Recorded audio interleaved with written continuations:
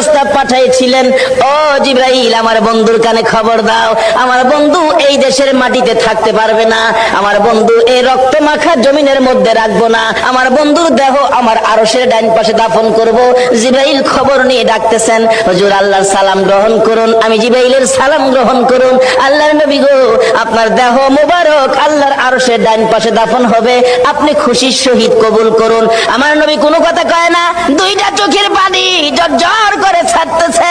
জিবরাইল বলেন, ইয়া রাসূলুল্লাহ, এত সুন্দর প্রস্তাব নিয়ে আসলাম, কোনো কথা কন না, খালি কাঁদেন কেন জানতে চাই। আমার নবী বলেন, জিবরাইল রে, তোমার জন্য খুশির খবর হতে পারে, আমি খুশি হতে পারলাম না, কেন পারলেন না? রে জিবরাইল, আমার দাফন আল্লাহর আরশের ডান পাশে হবে, আমি জানতে চাই আমার গুনাহগার উম্মতের দাফন কই হবে রে?